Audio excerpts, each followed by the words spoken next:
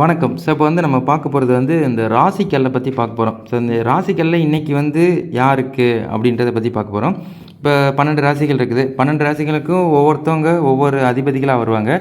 அந்த அதிபதிகளோட நிலை அறிந்து தான் நம்ம வந்து ராசிக்கல் போடுற மாதிரி இருக்கும். ஸோ அப்போ இன்றைக்கி வந்து கடகராசிக்காரங்களுக்கு அப்போ கடகராசிக்காரங்களுக்கு வந்து நம்ம வந்து ராசிக்கல் போடலாமா போட வேண்டாமா அப்படின்ற ஒரு கூற்று இருந்துக்கிட்டே இருக்கும். ஸோ நிறையா கன்சல்டன்சன் பண்ணியிருப்பீங்க, பார்த்துருப்பீங்க. யூடியூப்பாக இருக்கட்டும், டிக்டாக்காக இருக்கட்டும், அதுக்கப்புறம் இந்த கூகுள், ஸோ நிறைய விஷயங்களில் பார்த்துருப்பீங்க. பட் லாஸ்ட்டாக உங்களுக்கு ஒரு கன்ஃபியூஷன் வந்துடும். காரணம், அது வந்து உங்கள் தரப்புலேருந்து நீங்கள் படிச்சிருப்பீங்க, உங்கள் தரப்புலேருந்து கேட்டிருப்பீங்க. பட் உங்களுக்கு வந்து ஒரு எக்ஸ்ப்ளனேஷன் யாரும் பண்ணுறதுக்கு இல்லையே. அது ஒரு எக்ஸ்ப்ளனேஷன் பண்ணால் நல்லா இருக்குமே.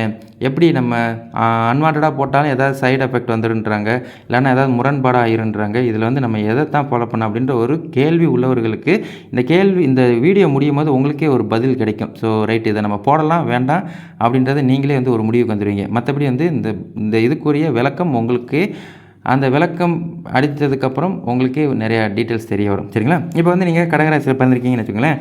அப்போ கடகராசியில் பிறந்தவங்களுக்கு வந்து சந்திரன் வந்து ஆட்சி பெற்று தான் நீங்கள் பிறந்திருப்பீங்க.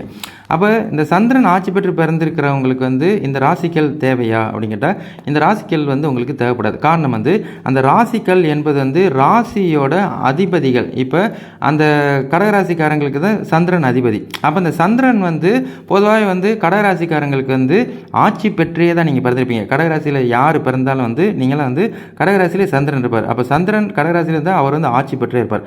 அவர் ஆட்சி பெற்றே இருக்கிறார் அப்படின்னா அவங்களுக்கு வந்து இந்த ராசிக்கல் தேவைப்படாது. அப்போ சொல்லுவாங்க எல்லாருமே, அந்த கடகராசிக்காரங்க வந்து நீங்கள் முத்துக்கல் போடுங்க, பேரல் ஸ்டோன், அது போட்டால் அவங்களுக்கு வந்து நல்லதாக இருக்கும். அது காரணம் வந்து அந்த கடகராசிக்காரங்களோட அதிபதி வந்து சந்திர பகவான். அப்போ இந்த சந்திர பகவானுக்கு வந்து அதிர்ஷ்டமான கல் வந்து முத்துக்கள். அப்போ அந்த முத்துக்கள் நீங்கள் போட்டால் உங்களுக்கு நல்லாயிருக்கும் அப்படின்றது ஒரு சில சொல்லியிருப்பாங்க, நீங்கள் கேள்விப்பட்டிருப்பீங்க. அப்போ நிறைய பேர் போட்டிருப்பீங்க, முத்துக்கள் போட்டிருப்பீங்க, கொஞ்ச நாள் போட்டிருப்பீங்க, ஒன்றும் நடந்திருக்காது.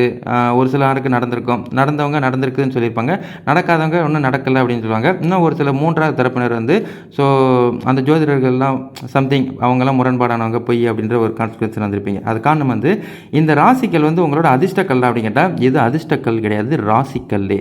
உங்கள் ராசியோட அதிபதிக்கு உங்களுக்கு இந்த கல் போடுறதுக்கு அந்த ராசிக்கல் அப்படின்றத மென்ஷன் பண்ணுது ஜோதிட சாஸ்திரங்கள். பட் இப்போ காலப்போக்கில் அதிர்ஷ்டக்கல் ஆயிடுச்சு. அதிர்ஷ்டம் வந்து ரொம்ப விஷயங்களுக்கு மாறி மாறி அகேன்ஸ்டாக போயிடுச்சு. ஸோ அதுதானே தவிர்த்து மற்றபடி வந்து ஒரு மன தைரியம் இல்லாதவர்கள், கடகராசியிலே பிறந்திருக்கிறவங்களுக்கு வந்து ஒரு சென்சிட்டிவான காலகட்டம் நடக்கும்போது வந்து கொஞ்சம் சென்சிட்டிவாக இருக்கும் மனசு. அந்த சென்சிட்டிவ் இது பண்ணுறதுக்கு வந்து சரி நம்மளும் ஒரு ராசிக்கல் போடலாமே அப்படின்னு சொல்லிட்டு நீங்கள் போட்டுக்கலாம். அப்போ போட்டுக்கிட்டால் ஓகே, இவ்வளோ நாள் வந்து எனக்கு மனசு ஒரு சஞ்சலமாக குழப்பமாக இருந்துக்கிட்டு இருந்துச்சு. அப்போ நான் வந்து இந்த மாதிரி ஒரு ஜோதிடரை கன்சல்ட் பண்ணேன், இந்த மாதிரி நிறைய டிவி வீடியோ பார்த்தேன். பார்த்ததில் வந்து அவங்க வந்து முத்துக்கல் போடுன்றாங்க, போட்டால் நமக்கு நல்லாயிருக்கும் அப்படின்னு சொல்லி நான் கேள்விப்பட்டேன். அதனால் வந்து நான் ராசிக்கலுக்கு வந்திருக்கேன் அப்படின்னா அப்படின்னு ஒரு மன திருப்திக்கு வேணால் நீங்கள் போடலாம். ஸோ அப்போ முத்துக்கல்லோட விலை எவ்வளோ இருக்குன்றது உங்களுக்கு தெரியும்.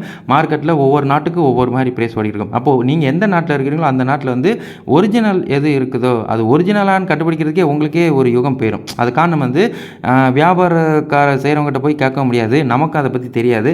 அப்படியே அதை ஒரிஜினல் நிரூபிக்கிறதுக்குள்ளே நம்மளே ஒரு போதும் நேரம் ஒரு கடத்துக்கு மேலே வந்து எது ஒரிஜினல் டூப்ளிகேட்னு தெரியாமல் நம்ம போட்டுக்கிட்டு மனசில் யோசிக்கிட்டே இருப்போம். ஸோ அதுவே ஒரு கடத்துக்கு மேலே நமக்கு வந்து குழப்படியாகிடும். ஸோ அதனால் வந்து ஒரிஜினலாக உங்களுக்கு நம்பிக்கைக்கு உரியவங்களாக யாராவது இருந்து நம்பிக்கையாக யாராவது எடுத்துட்றாங்க அப்படின்னா கண்டிப்பாக வந்து நீங்கள் வந்து பாவிக்கலாம். So original. ஆனால் இந்த கடக ராசிக்காரங்களுக்கு வந்து இந்த ராசிக்கல் வந்து அதிர்ஷ்டமானு கேட்டால் அதிர்ஷ்டத்தில் இது சாராது, இது ராசிக்கல். அந்த ராசிக்கல் ஒரு மன திருப்திக்கு, எனக்கு வந்து மனசு சஞ்சலமாக இருக்குது. ஏன்னா கடகராசிக்காரங்களாம் வளர்பிறை 15 நாளில் நல்ல தெளிவான மனநிலை, நல்ல ஒரு துணிச்சலாக, நல்ல ஒரு தைரியமாக இருப்பீங்க. தேய்பிறை பௌர்ணமி முடிஞ்சு அமாவாசை ஸ்டார்ட் ஆகிற வரைக்கும் வந்து அந்த 15 நாள் கொஞ்சம் சென்சிட்டிவாக இருக்கும். அந்த சென்சிட்டிவான காலகட்டத்தில் ஓகே நமக்கு வந்து கல் போட்டிருக்கோம், நமக்கு எதுவும் நடக்காது, எதுவும் ஆகாது, நம்ம அச்சீவ் பண்ணிடலாம், வெற்றி அடைஞ்சிடலாம், நம்ம தான் கல் போட்டிருக்கோம்ல, நமக்கு என்ன அப்படின்னு நம்ம இன்னொரு ஆள்கிட்ட சொல்கிறதுக்கு பிறகு நம்மளும் கல்லும் பேசிக்கிடலாம். அப்போ கல்லும் பேசிக்கிற போது அது ஒரு அவுராக கொடுக்கும். ஓகே நீ கவலைப்படாத, உன்னை நான் மேலே ஏற்றி விடுறேன் அப்படின்னு சொல்லிட்டு அதன் மூலிமா வந்து நீங்களே மறுபடியும் அடித்து பிடிச்சி மேலே ஏறி அதுக்கப்புறம் ஒரு அச்சீவ் பண்ணுவீங்க. ஸோ அதுதான் வந்து இதுக்குரிய காரகத்தன்மை. அப்போ தான் வந்து ராசிக்கல். அப்போ கடகராசிக்காரங்க கல் போடலாமான்னு கேட்டால் கல் போடலாம். கல் போட வேண்டாமான்னு கேட்டால் கடகராசியில் சந்திரன் வந்து ஆட்சியே பெற்றிருக்கிறதுனால அவங்க கல் கல் போடணும்னு அவசியம் இல்லை. இல்லை எங்களுக்கு வந்து கல் போட்டால் தான் எனக்கு மன திருப்தியாக இருக்கும், நான் அதனால தான் வந்து நான் வந்து கல் போட்டதுக்கப்புறம் தான் எனக்கு வந்து நிறைய அச்சீவ் பண்ணுவேன், எனக்கு அப்போ தான் மன திருப்தியாக இருக்கும் அப்படின்னா நீங்கள் வந்து கல் போட்டுக்கலாம். ஸோ அப்போ நல்ல மனநிலையில் உள்ளவங்க கல் போட தேவையில்லை. ஸோ இவ்வளோ தான் வித்தியாசங்கள். காரணம் கடகராசியில் சந்திரன் ஆட்சி பெற்றே இருக்கிறதுனால அவங்களுக்கு வந்து போடுறதுக்கு அவசியமே இல்லை. அப்படி விருப்பம் உள்ளவங்க, கையில் காசு அதிகமாக இருக்கிறவங்க, ஸோ சில பல கூற்றுக்கள் நீங்கள் வந்திருந்தீங்க அப்படின்னா அவங்க வந்து நீங்கள் போட்டுக்கலாம். அப்போ அது எந்த கல் அப்படின்னா பேரல் ஸ்டோன். அப்போ உங்களுக்கு முத்துக்கல் போட்டால் விசேஷமாக இருக்குமான்னு கேட்டால் போட்டவங்க கமெண்ட் பண்ணுங்கள், போடாதவங்க போட்டு பார்த்துட்டு நீங்களும் வந்து கமெண்ட் பண்ணுங்கள். அதுக்கப்புறம் உங்களுக்கே தெரியும் ராசிக்கல் அதிர்ஷ்டக்கல்லா இல்லை ராசிக்கல் நம்மளோட மனதை ஸ்ட்ராங் ஆக்கக்கூடிய கல்லா அப்படின்றது கிளைமேக்ஸில் உங்களுக்கே தெரியும். சரிங்களா?